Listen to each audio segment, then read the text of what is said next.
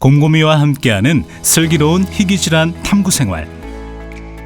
혈우병. 우리는 일상생활에서 여러 가지 활동을 하다가 때때로 다쳐서 피가 나기도 합니다. 혹시 상처에서 피가 멈추지 않아 당혹스러웠던 적 있으신가요? 정상인보다 지혈에 시간이 오래 걸린다면 희귀질환인 혈우병을 의심해봐야 합니다. 피가 멎는 것은 간단해 보이지만 여러 복잡한 단계를 거치게 됩니다. 특히 혈액응고인자가 활성화되면 혈소판 사이를 채우는 섬유소가 생겨 손상 부위를 단단하게 막아주므로 비로소 피가 멈추게 됩니다. 혈우병은 바로 지혈에 필수적인 혈액응고인자가 결핍되어 생기는 질환입니다. 이 질환은 성염색체인 X염색체에 위치하는 혈액응고인자 8인자 또는 9인자의 유전자의 돌연 변이로 인해 발생하며 각각 혈우병 A, 혈우병 B라고 불립니다. 이 8번, 9번 응고인자는 활성화되어 섬유소를 만드는 역할을 하기 때문에 부족하면 피가 쉽게 나고 한번 피가 나면 잘 멈추지 않게 됩니다. 혈우병은 태어날 때부터 질병을 갖고 있는 희귀 유전 질환으로 X염색체 열성으로 유전되기 때문에 대개 남아 5,000명 중 1명에게 발생하고 여아에게는 거의 나타나지 않습니다. 혈우병 아버지에게서 태어난 아들이 혈우병일 확률은 0%, 딸이 보인자일 확률은 100%입니다. 반면에 어머니가 혈우병 보인자라면 아들은 50%의 확률로 혈우병을 갖게 되고 딸은 50%의 확률로 보인자가 됩니다. 이렇게 가족력에 있는 혈우병 환자는 전체 혈우병의 70%를 차지하며 나머지 30%는 가족력 없이 자연 돌연 변이로 발생합니다. 그렇다면 보통 혈우병 환자들은 언제 자신의 병을 발견하게 될까요? 혈액응고인자의 활성도에 따라 다르지만 아이가 기거나 걷게 되면서 관절이나 근육에 멍이 생겨서 진단되는 경우가 많습니다. 또한 주사를 맞은 자리가 부어오르거나 수술 전에 시행하는 혈액검사에서 알게 되는 경우도 있습니다. 혈우병 환자는 주로 관절 출혈과 근육 출혈로 고통을 호소합니다. 작은 충격에도 쉽게 멍이 들고 피가 멈추지 않아 자주 붓고 통증과 함께 출혈 부위를 움직이지 못하게 됩니다. 혈우병 환자에게서 주로 나타나는 증상이 관절과 근육 출혈이라면 가장 위험한 증상은 뇌출혈입니다. 뇌출혈이 발생하면 심한 두통과 구토를 호소하고 경련이 발생할 수도 있으며 중증인 경우 사망으로까지 이어질 수 있습니다. 혈우병 환자에게서 뇌출혈의 증상이 나타나면 병의원을 빨리 내보내야 합니다.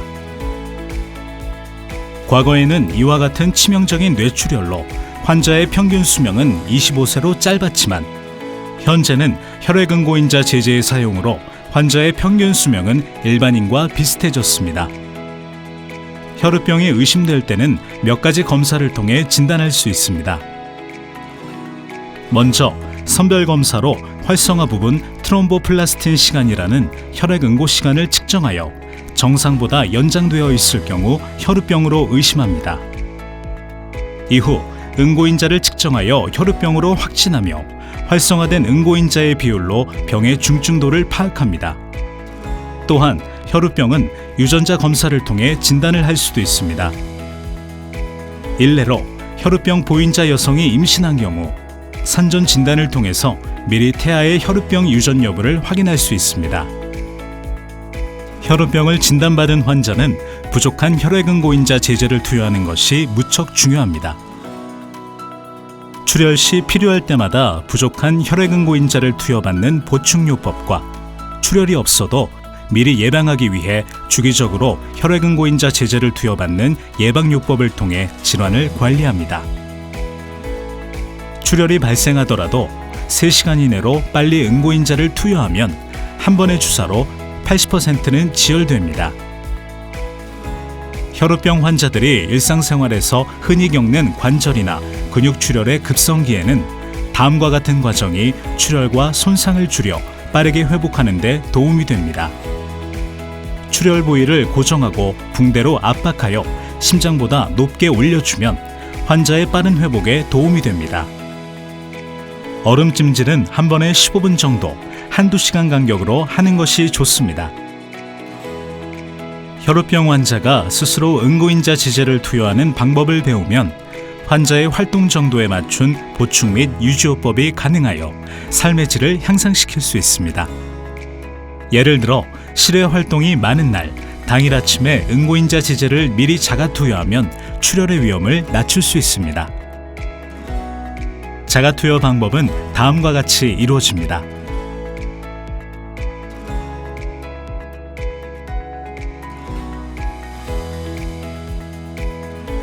한편 응고인자 지제를 투여해도 지혈이 잘 되지 않는 증상이 발생하기도 합니다. 응고인자에 대한 항체, 즉 억제인자가 생성되었기 때문인데 응고인자 지제를 투여받은 혈우병 환자의 25에서 30%에서 발생합니다.